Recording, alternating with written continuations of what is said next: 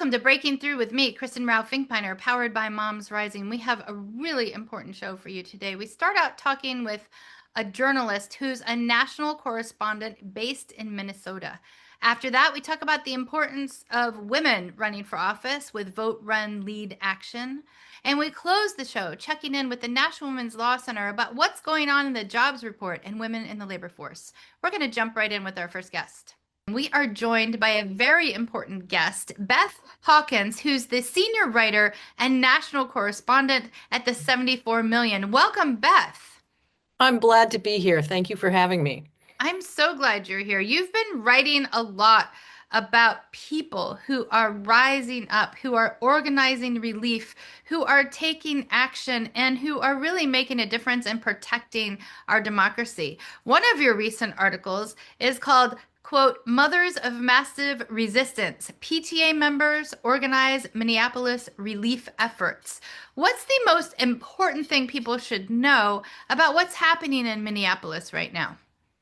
I wanted to write the Mothers of Massive Resistance piece because I'm I'm worried about the national perception that people in Minneapolis are all protesters and that we have somehow taken to the streets to engage in violent conflict.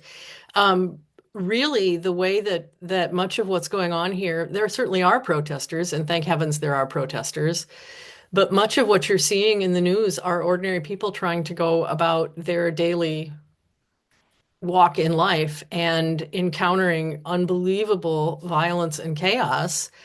And the PTAs, they're those parents first started a few weeks ago driving their neighbors' kids to school when it was clear that it was unsafe for many families to transport their own kids. And then a month ago, when things really began to escalate, they started patrolling outside schools at drop-off and at discharge times. And of course, we saw the afternoon that Mother Renee Good was murdered. We saw a few miles away outside a high school, a very violent encounter between one of the school patrols and the Border Patrol. Greg Bovino was there. He seems to be something of a through line to the most violent episodes. And I did want to note that this morning, two of the people detained during that action outside of that high school, Roosevelt High School, were charged in federal court. A special education aide who was outside, obviously, probably attempting to escort students to transportation safely, and a regular person who was there trying to make sure that kids could get to and from school safely. The charging documents are, I've read them, they're astounding. The woman is charged with lowering her shoulder and butting into two Border Patrol agents with her shoulder. And the special education aide is charged with shoving an agent who had come to physically confront him. So, by this standard, you can become a target for going to the grocery store, for going to the pharmacy, for trying to provision a neighbor. The school-based networks that are in today's story very quickly were able to begin delivering food, begin delivering diapers. And when it became clear that the federal occupation here was going to go on for weeks, people began to realize that February 1st was coming up and that we would see a wave of mass evictions. I mean, at least 1,600 is the latest figure that I saw. And a couple of the mothers of my acquaintance who are spending their days now engaging in mutual aid, a point that they made was that we don't have the relief that we had during COVID. Mm. Ordinary Minneapolitans, St. Paulites, other Minnesotans are spending their own money on things that during COVID were paid for with federal relief funds. And it's well over $1 million that's in the rent fund at this point, and it's not enough. It's still not enough. So, the other point that they have made is that they were able to do this very quickly because our neighborhoods were under a different but related kind of assault after George Floyd's murder. Um, our police force withdrew from Minneapolis at that point, and we had outside right-wing extremists circling our neighborhoods, and we were urged by state officials to stand up neighborhood watch groups and to use secure communications to do it. So, they may have picked this city thinking that they could make a blue state example of its residents. However, they picked people who were uniquely situated to meet exactly this moment. Yeah. I mean, I'm so sorry that this moment is happening. And it's just, there are really no words for what's happening in this moment. There are really no words. One of the news items that I saw come out of Minneapolis was of a young person. The age wasn't shared, but they were clearly under 18. And they were actually walking home from getting a snack at some local store. They were apprehended by ICE, and ICE asked them for their papers. What teenager carries papers? No teenager carries papers. Not only would they lose them, we all know as moms, we love our kids, but no, we're not going to Okay? give them a passport to walk around or their birth certificate or any Yep. type of papers to walk around with to get a snack. No teenager carries papers. And nor should they have to, by the way. I will just say this. This should not be even a question. They shouldn't have to be doing this. And so it was reported that the young person said, "Can I just go home? I don't have papers." And, I said no, and then took them. I mean, that's ridiculous. That is Yeah. absolutely beyond damaging. That's traumatic to our democracy. That violates all of our rights. That just is awful. And I'm wondering if you could share a little bit more about things like that happening, because one of the things that is alarming is our hearts are with people in Minneapolis and St. Paul and Minnesota. And this could happen anywhere in the United States of America at this point. So hearing more about what's happening there can help people be prepared for what could happen in other places. They figured out very quickly, ICE and the Border Patrol, that places where children are transported, where children are served, where children's needs are met, are places where people have to come out of their homes and be physically present on the street. So we have seen raids on daycares. Ugh, I mean, those are happening multiple times a day. We've seen caravans of uh, federal agents sitting at school bus stops and at public transit bus stops and stopping. They have detained and transported out of the state a 2-year-old, a 5-year-old. The 5-year-old is in the headlines. His name is Liam, and he's in Texas right now. Joaquin Castro went to see him yesterday and reported huge concerns about the boy's health. His story is particularly awful. He was being brought home from preschool in a northern suburb called Columbia Heights. And you probably have seen his photo. He's wearing Conejo is his last name, his first last name. He's wearing a little blue knit bunny hat. Conejo means rabbit. He was wearing a Spider-Man backpack, and you can see the agent's hands on the backpack. They pulled him from the car that he was riding home in and had him go to the front door of his house and ask to be let in so that the adults in the house would be forced to come to the door and open it. And he and his father are now in Texas. A federal court in Texas has ordered them to remain in the country. Their deportation has supposedly been interrupted, but he is not back. He's one of 4 children who were taken that same day, January 20th, in Columbia Heights. So I think that there is some thought the children are good bait for the adults.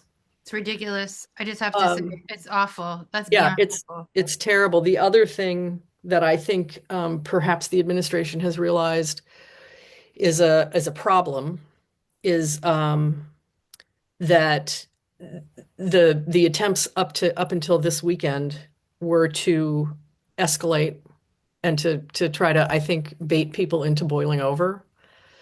And the PTA moms are not having that. I mean, they're refusing to be baited. They have figured out, that they're being tailed on food delivery runs.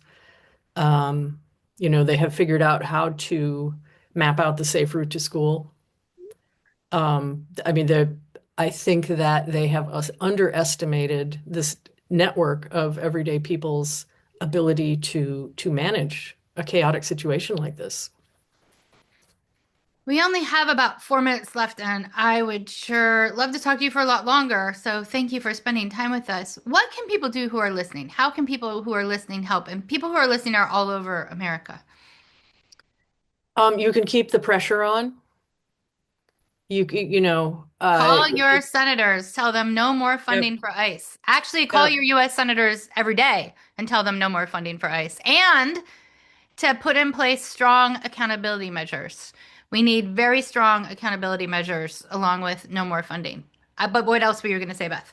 Oh, I was going to say, the mutual aid networks are not hard to find. We did not put them in our article because they would identify people whose safety is paramount. Um, they need your money. The other thing that they need is we need you to understand that what is being depicted as a de-escalation.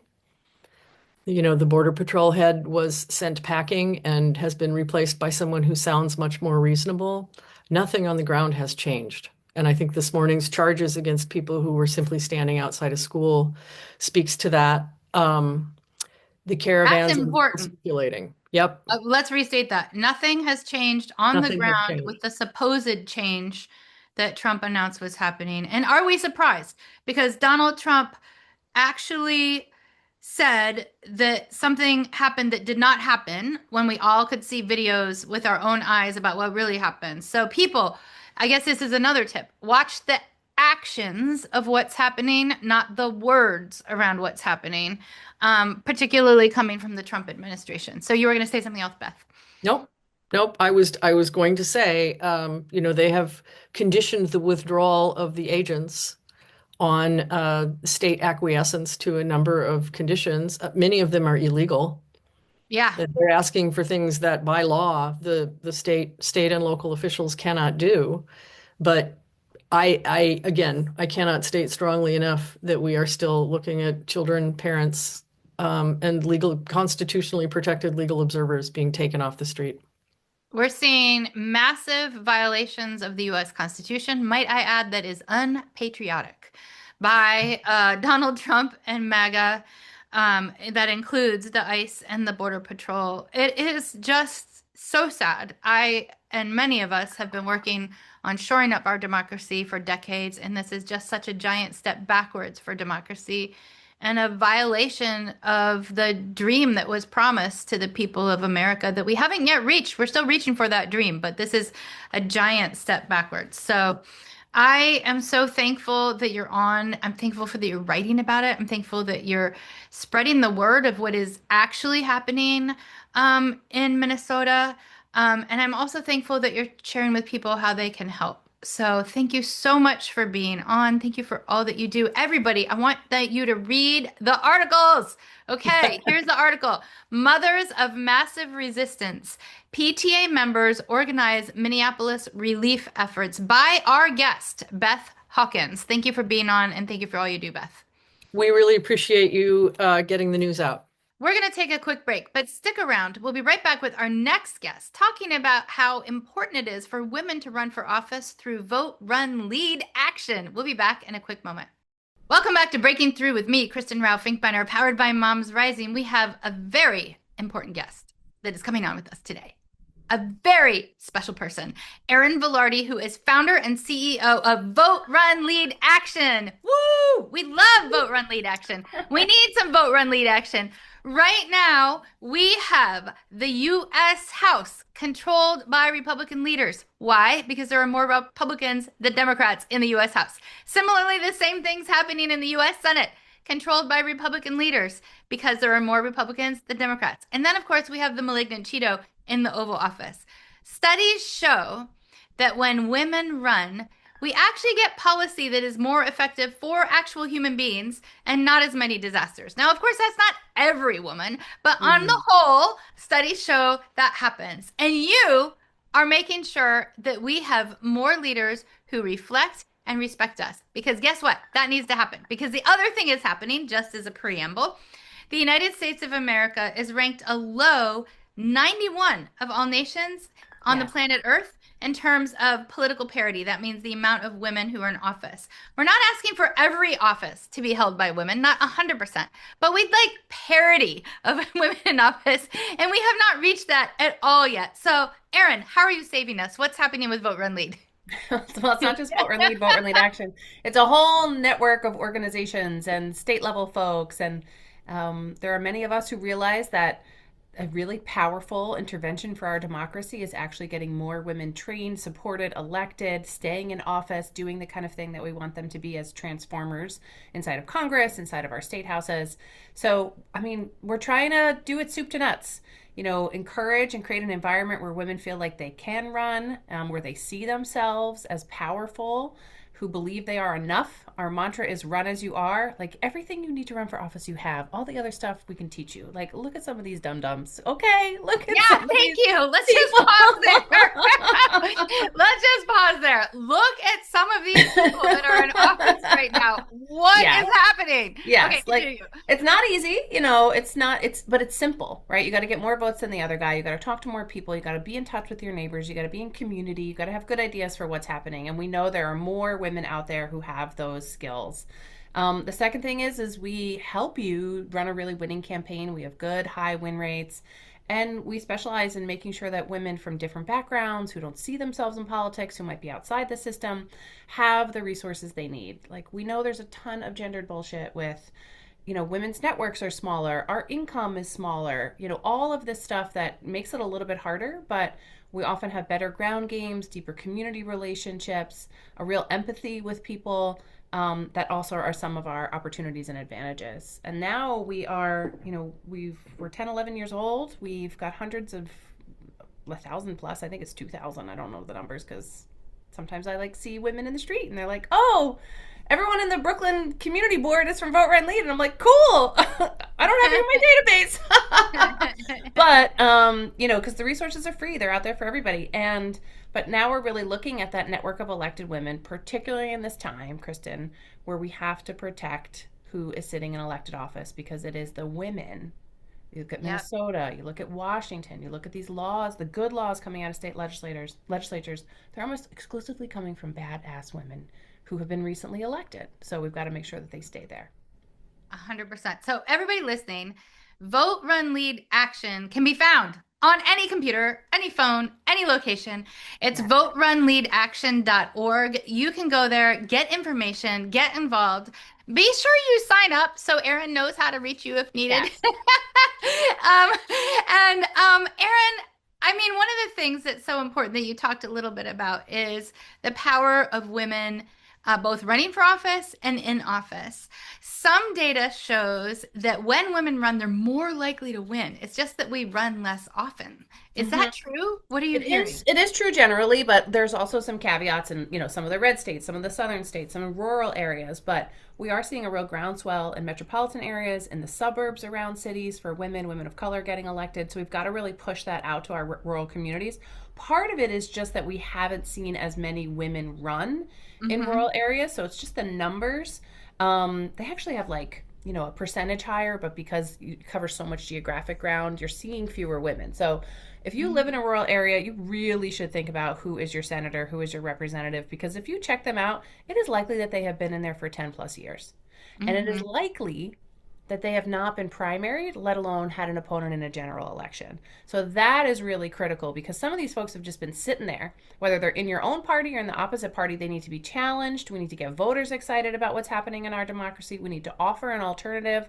And you may need to run twice, but building that political capital and being able to have that power and that platform is well worth, running through a couple of pair of sneakers for. I love that, running through a couple pairs of sneakers. And you have ESP because I was just going to talk about winners are losers.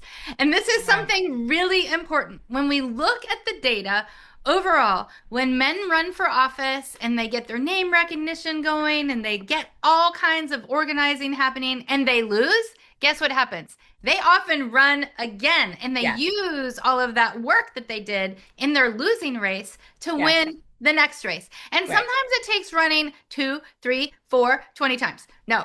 And so what the research also shows that when women run and lose, they often don't run again. And can you Yeah. speak to that a little bit and why it's important to think of running for So office as like a building block over time? You might not win the first time, but it's important to keep going because you're building your name recognition. And I think there's, so many of the women that come through VRL and VRLA, they're really putting their heart and soul into this. And I don't know about the men. I haven't worked with them closely for the last 20 plus years, so I don't know. But, these women are putting their heart and soul. And so there's a real emotional toll when they lose because damn did they want to win. And oftentimes they like care about the community who came out and voted for them and they feel like they've disappointed them. And like those are valid feelings and like process those and work through those, but then like take a look at the list you built, take a look at the Yep. amount of people that actually came out for you, the amount of money that you raised, the excitement that you garnered, like a new voter that would have never voted in the election if you hadn't run, and really think about how you were going to leverage that political capital. This is something we don't do as well as our male counterparts. What am I going to do with this capital? Now I have this like basket full of stuff. I have lists, I have names, I might have a little money in the bank, I have influence. Yep. How am I going Influence. That to right use there. my influence? Am I going to time it out? Am I going to make them sweat in their, sweat a little if they're going to think I'm going to run again or not? Am I going to change the party dynamics? And am I going to look for another position, an appointment? So let that just be your foundation, your floor if you don't win. Of course, consider running a second time. Think about the voter registration numbers. Nobody wants to run to lose, but there is a strategy in that. And Yep. just make sure you have your head up to what might happen. I mean, think about someone like Afton Bain in Tennessee. She just ran that amazing congressional race. She was a state legislator. Even okay, I say that word all the time, and I still can't say it. She's doing great in the Tennessee State House. They didn't, she wasn't gracefully let in either. Like she had to fight her way into the State House. Tennessee 7, everybody had to go on a traditionally R17, I think, for Trump, got a base activated of people who were just so excited for her. And you know what? She has a ton of political capital. Now she has more capital in the legislature. Will she run again for that congressional seat? It really shows that folks who, have good values, I think her thing was fix the roads, feed the kids, and fund the hospitals. Like basic, human, everyday, all of us matter stuff, right? Not trying to be overly partisan, not trying to she had to say what she had to say, but she's an indivisible organizer. Like she knows her values, she knows who she is. She wants to take care of the people in her neighborhood. And that race was closer than it ever should have been. And it is changing the dynamics inside of not just that district, but her state. So Yep. that is political capital. And I'm excited to see what she does with it. One of the things that's really important, and I wish we had 5 hours with you because it's so important, all of it's important, is that you don't have to run for office to make a difference in who's in office. So Right. there are really two pathways. One is figuring out how to run for office yourself, figuring out which office you want to run for. You can run for school board, you could run for city council, you could run for state Yes. legislature, you could run for Congress, you could run for president of the United States of America. Usually, if people are starting out running for president of the United States of America, they will not win. They usually have to work their way up a little bit. So figuring out what your starting point is very important. And then you could still have a goal of being president of the United States of America. Yes, we need a different one. But figuring out your starting point is important. But secondarily, there's also the pathway of helping people Yes. run for office and win. And that's almost as important because Mhm, listen, mhm. we need good people helping good people get in office. It takes a whole village, a whole team, a whole kitchen cabinet, a whole living room, a whole whatever you want to call it to get people into office. And I'm wondering if you could speak a little bit about what it takes to help somebody run. Absolutely, absolutely. So, when you go to voterunleadaction.org, you'll see something that says VRL HQ. That's our resource hub, and we have tons of campaign Ooh. manager stuff because there are not enough women campaign managers. Yep. There's not enough, gender expansive campaign managers, queer campaign managers, people who understand the lived experience of those of us who are running. So, campaign manager for sure, critical. Figure out what it means to like actually run a campaign. How much money do you need to run? You know, what's your relationship? We have this worksheet that's like, is this the right candidate for you? Right? Just because they've got the same party affiliation might not mean they're the right fit for you and your personality. I would love to see, like, we don't see it on K Street in DC, and we don't see it around in our state capitals, like, more women lobbyists, more women running, like, small firms that it's like, hey, you can run 5 campaigns with a single strong campaign manager and a good network around you. Like, Yep. these are jobs as well, if you can think about how this can be your even consulting business. But Lord, everybody needs a treasurer, right? So you are like a corporate woman, and you have those skills of, you know, how to like run through a bunch of spreadsheets, you know how to deal with the bureaucracy. A lot of these campaigns need treasurers to like do the good filing for them. If you are a fundraiser, and you know we all are for our kids, for a variety of our supports, things that we support, get out there and fundraise, or just be a host committee at an event, right? So treasurer, campaign finance, volunteer coordinator, like people Woo! talking to That's my favorite people, job. you know, like just, and here's the thing about campaigns. You're going to have to email them like 3 times. You're going to say, like, I want to volunteer for you. They're so busy. They're a little disorganized. They're stood up in a rapid way. They're going to collapse after the campaign's over. You know, 1 or 2 folks will maybe go to the Capitol with them, They've or only like, eaten pizza for the past 3 months. yeah, like give it, like just do that extra. Well, I emailed them. It's like, girl, if I had a nickel for every time someone said that to me, I'd be rich. But you know, like really ping them. Like it is such a Mhm. rewarding experience. It's kind of thrilling. And I think that in some ways the people are like afraid to step their toe into that because they know that they would be hooked. Because it Mm. really, you know, it's really like once you Mhm. see things, you can't unsee them. Once Yeah. you learn how to do this work, you can't unlearn it. So, Mhm. the more of us who just dip our toe in and get excited, maybe it is volunteering, have a little grace for the campaigns, and then figure out how you can actually have a formal position. That'd be great. I love that. I mean, I love to have a little grace for the campaigns because it campaigns are chaotic. And just by the nature of, as you said, you're starting up an effort. You have Yes. an end time, which is the day after the election, Yes. and you have There's to no do sustainability, you know. as much as possible, talk to as many people as possible in actually a pretty short time. Yeah.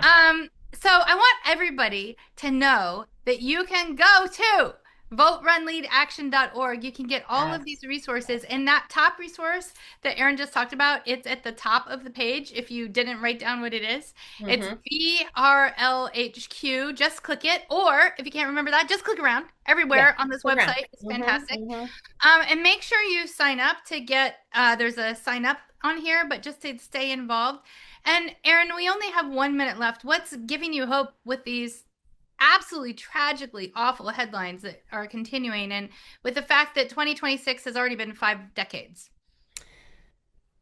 When I saw my friend Ilhan Omar step Ugh. forward with all 99 pounds of her soaking wet with her fists up, like, we will finish this meeting. I have survived war. Like, I am built for this. Like, all day today, I have just saying, like, I am built for this. And, like, Lord, we could have woken up yesterday to a very different situation, one we have already seen in Minnesota with the passing, with the murder of Melissa Hortman, which was devastating. Um, but she's not somebody who backs down. Mhm. And she has the full force of the like administration coming at her, and she is still an like a doer, a creator. Mhm. um like she's living her values. I don't care what you think of her like policies or her this or that. Like, this woman is a phenom, and I am proud to be in her orbit, and that is giving me hope today. That is hopeful. Thank you for sharing that. Thank you. Thank you for being on. Everybody go to Yeah. voterunleadaction.org. Thank you. Welcome. We're going to take a quick break, but don't go away. The National Women's Law Center has some new research about. We're going to take a quick break, but don't go away. The National Women's Law Center has some new research out that everyone needs to hear about. We'll be back in just a second. Welcome back to Breaking Through with me, Kristen Rao Finkbeiner, powered by Moms Rising. We are joined by a spectacular superhero, Emily Martin, who is Chief Program Officer at the wonderful National Women's Law Center, is joining us right now. Welcome, Emily. Thank you so much. I have so many things I want to talk with you about. So many things. So many things. And one of the things is a recent analysis by the National Women's Law Center about where job losses are happening right now in America. There was a December jobs report, and it was really stark. Can you share with us a little bit about what was in the December jobs report and why it's important? Yeah, so one of the big things we saw in the December jobs report is that about 80,000 people left the labor force in December, meaning they're not working, they're not looking for work, they're out. The thing that was really striking from our point of view is those were all women. About 10,000 men joined the labor force, 91,000 women left. So tens of thousands of women neither working nor looking for work. That's one big red flag we saw. Another big red flag was the unemployment rate for Black women, which is incredibly high and growing. It went up from 7.1% in November to 7.3% in December.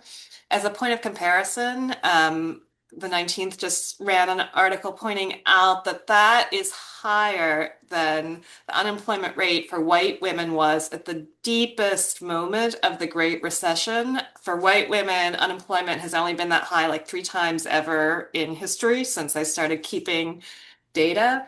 So that's a big deal. And it's a big deal that it went up when for a lot of groups, unemployment went down slightly in December. So both of those we think are worth paying real attention to and thinking about what that means for Black women, for women overall, and for where we're headed in the economy. Wow, that is heavy stuff because, as you know, but I'll share with our listeners, over 80% of women do have children by the time they're 44 years old, and that means they're moms. And three-quarters of families need the wages of moms to make ends meet, to put food on the table, to put a roof over their kids' heads. And we are at the same time as we're seeing these job report numbers, also seeing numbers about increasing unaffordability in America with food prices rising, childcare costs rising, housing costs rising. And so to me, what this says is that women didn't walk out of the labor force, they were pushed out of the labor force. Because when you don't have access to affordable childcare, then you cannot go to work. But that doesn't mean that these families that were pushed out of the labor force aren't now struggling in an increased way to put food on the table. Again, three-quarters of families need the wages of moms to make the ends meet. And so, what are your thoughts on what's happening behind these numbers related to motherhood and caregiving responsibilities and all of that? I think you're exactly right that we've seen in a lot of data over and over that childcare costs are a huge stressor for families. That's not getting better, that's getting worse. One of the things that has happened in January is the Trump administration has gone after childcare funding, has frozen funding in several states led by Democrats, is requiring every state to justify childcare funding in a really administratively burdensome way that's going to show up in delayed payments to providers and loss of care for families. So that is a huge issue that we are seeing. I will also say overall, I think one of the things that we are seeing here is the impact of an administration that really has pretty explicitly sought to sow doubt about the competence of women in general, of women of color in particular, as employees, as leaders. The attacks on what the administration calls illegal DEI, which is really a set of attacks on the core civil rights protections that we enjoy to be free from sex discrimination, pregnancy discrimination, sex-based harassment on the job. I think that's starting to show up in how employers are thinking about who is expendable and who isn't. That there's really a full court press going on the right to undermine the shared value that I think most of us still continue to hold, but is now under threat in a new way, that everybody deserves fairness at work, that gender equity is a value that we share, that means that should shape how we think about things like childcare policy and paid leave and equal pay, that there's a real attack on that notion. And an assertion that somehow the fact that you might see a Black woman as a leader in an organization, an assertion that somehow that means that we need to um, go back to what President Trump has called merit-based, colorblind um, hiring and standards. And so I think that is a piece of what we are seeing, as we are seeing women leaving the workforce, as we are seeing Black women with higher rates of unemployment. These attacks on our fundamental principles about gender equity and fairness at work are having some impact, I think. It's really tragic. And for listeners, I know you know this, Emily, but when you actually do merit-based blind hiring, often women are hired disproportionately more than men. And a Pepperdine University study found that, and Pepperdine University is conservative, you all, just to give you a background. A Pepperdine University study of all Fortune 500 companies over a 20-year period found that when there were more women in corporate leadership across all measures of corporate response, that there was more money made by those corporations. In other words, when there are more women in corporate leadership, those corporations make a lot more money. Now it makes sense. And I'm going to back up here because the wages of moms, the wages of women, are absolutely needed to make our economy run. Our GDP is 72% based on consumer spending, and women and moms make more than 80% of those consumer spending decisions. So when you don't have people in leadership who know what people who are consumers want and need, then that whole corporation loses out. Similarly, when we don't have pay parity, and let's talk about unfair pay and pay gaps in just a second, but when you don't have pay parity, then you also have our economy lose out. One analysis by the Institute for Women's Policy Research found that if women had pay parity, our GDP would go up by as much as 5%, and we would lift more than 50% of families out of poverty because the wages of women and moms are important not just for our families, but for our business and our economy. They literally make the nation succeed. And yet we have these, I don't know what to call them, lies, disinformation, disasters unfolding across America that are coming out of a bias that is not founded in actually real information or research. It's actually the opposite of information and research, what's coming out of the MAGA contingent. Emily, can you share a little bit about the National Women's Law Center research on the pay gaps that people are experiencing? Yes, so this is another place where I'm afraid the news is not good. It's not good. For the second year in a row, the gender wage gap for full-time year-round workers, when you compare all women working full-time year-round, all men working full-time year-round, for the second year in a row, that wage gap has widened. This is again, the first time since we have been keeping this data, which has been many decades, that we've had 2 years in a row of the wage gap getting worse for women. Um, and once again, if you look at how Black women are faring and Latinas are faring, it is even starker. So when you compare all women to all men, women are currently paid typically about 80 cents for every dollar that men are paid. That's down from 84 cents in 2022. For Black women, their wage gap is currently about 65 cents for every dollar paid to white non-Hispanic men. Back in 2022, it was 69. So you see a big decrease. Latina and Native women working full-time year-round typically paid only 58 cents for every dollar paid to white non-Hispanic men. And for moms, compared to fathers, mothers typically pay just 64 cents for every dollar paid to fathers. So this adds up over a year, over a lifetime, to hundreds of thousands of dollars that are lost to women and to families and to communities, life-changing money. And I've been working around these issues for like 20 plus years, a long time. The fact that for 2 years in a row, it has gotten worse it really is a call, a wake-up call for all of us who assume, that we're in that long arc to justice, that we're getting a little closer, a little better every year. That no, that this is a moment where we really need to take stock and shift how we are thinking about and how we're engaging around these issues in a fundamental way. 100% agree. And there's a couple things. There's so many things to talk about here, but one of them is that solutions are possible.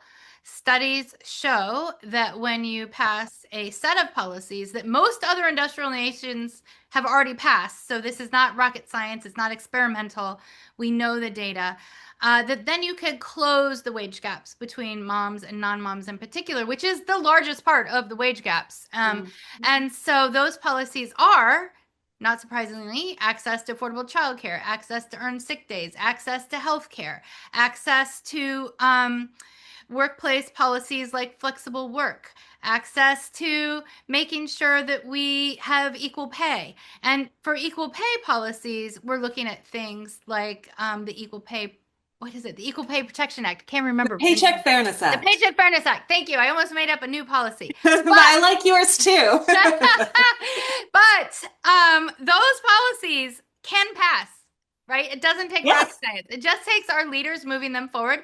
In the states that have passed them, they are seeing a better economic outcome for everyone, not just moms, but everyone. Anybody who lives in the area where these policies are is seeing a bump. So, A, we know what the solutions are to this. B, the Trump administration and Republican leaders in Congress are doing, as you heard Emily allude to at the beginning, the opposite of solutions. They're cutting our health care. They're cutting our child care. They're cutting our access to earned sick days. All of that is being rolled back. They're cutting our access to fair pay policies. And so, unfortunately, it's not surprising that the pay gaps are going up. It's damaging, though. And when the pay gaps go up, it not only damages our families, it does, in fact, damage the small businesses, the grocery stores, the places where we would buy shoes for our kids. Anybody around us is damaged. The whole economy is damaged when we don't have pay parity, when we're experiencing those pay gaps. So it makes me mad. I'm mad. I'm sad. What can we do? We have 2 minutes left. Everybody hopefully is mad and sad. My dog is upset too. He is barking. He wants to be part of this interview. We can't hear. So some of the things that we can do, I think the point you make is so important, that these are things that we can change. I think at this moment, a lot of people really don't believe that government is capable of doing good things. Government is capable of doing good things, and Rex agrees. So that means showing up for leaders who are committed and interested in doing those good things, asking candidates, asking your representatives, where do they stand on these issues, and making clear that this matters to you, that this is something that is worth voting on, that it's people are interested in turning out around. All of that is a critical piece of the answer. So true. So how can people sign up with National Women's Law Center? Thank you so much for asking. Go to www.nwlc.org. There's so much information. There are ways to get alerts so you know when you should call your representative, when you should write to the administration and explain to them that they have it all wrong, the ways in which you can turn out, show up, and make a difference. Thank you so much for being on. Thank you for all you do. Thank you. Well, that's it for our show today. Thanks for tuning in as we tackle the top topics facing our nation in a way that requires the most boring disclaimer on the history of the planet Earth. Here goes. Views expressed on this show are those of the individual speakers and should not be attributed to Moms Rising, to this station, or to any news or social media service that may disseminate a recording of this show to the public or to any segment of the public. Boom! We'll catch you next week.